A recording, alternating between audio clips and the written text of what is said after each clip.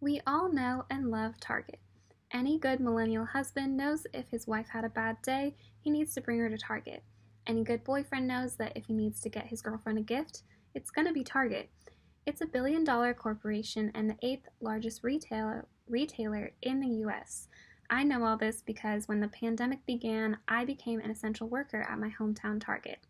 This experience in retail really opened my eyes to many more facets of corporate America, and more specifically, organizational management and human resources. A helpful lens from this class that I can use to examine the management and HR system that I've experienced at Target is Blake and Mooten's managerial grid. This grid can also be known as the leadership grid, and it combines thoughts from both the human relations approach and the classical approach. The creators of the grid assert that leaders will be most productive when they exhibit concern for people and concern for production, and these are the labels of the two axes of the grid. The grid looks like this, and the numbers go from 1 to 9. 1 is the worst and 9 is the best. So you might find a lot of organizations in what we call middle of the road management. This is going to be 5-5 because there's a fair level of concern for production and a fair level of concern for the people, but it's not great, it's not horrible. The goal is obviously team management, which is 9-9, high concern for people and production. And then there's also organizations that may fit into authority compliance, which is really high concern for production and no concern at all for employees. The opposite would be country club management, and that is 1-9, high concern for the people and low concern for what the product looks like.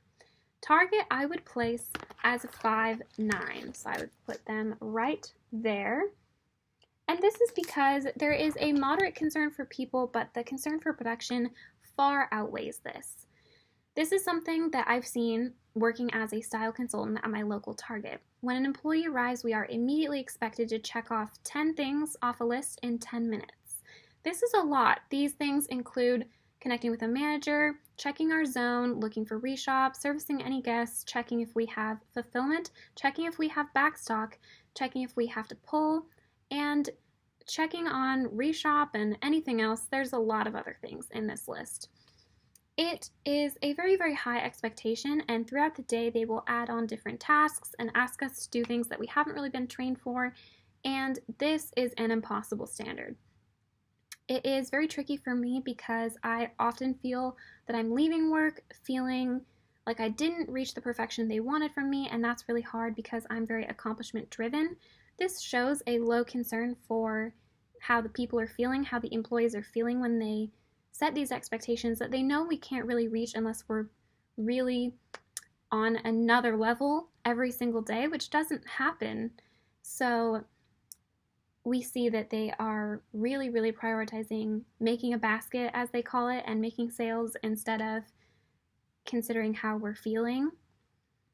Another example of this is signs for fitting rooms. This is a personal example. My Target refuses to put up a sign at the beginning of the store that says the fitting rooms are closed. This is something that all of us style consultants really, really want because a guest will come in and shop and pick up many things that they want to try on. They'll reach the back of the store where the fitting room is, and they will realize that our fitting rooms are closed because of COVID, and they will dump their stuff everywhere. This creates a lot more work for us and takes time away from other tasks that we've been assigned, and so we've politely asked for a sign to be put up so we can be more productive, and our management is concerned that this might deter people from shopping, and so we see that value in production instead of people. There's also just a feeling of condescension when they speak to us that a lot of us employees experience, and this is a sentiment that's echoed on the Target Team Member Confessions Facebook site 1,000 times over. Every interaction I've had with our HR reps about this and in general has been very friendly, but it's also very clear that they serve corporate interests and not our interest. It's very lax, and when they do show care for us, it's pretty minimal, and it's more in the form of Chick-fil-A on every other Thursday instead of hearing our complaints and implementing change. So this is why I've used Blake and Mooten's managerial grid as a lens to look at my Target's management and place them at 5-9. Thank you very much for listening.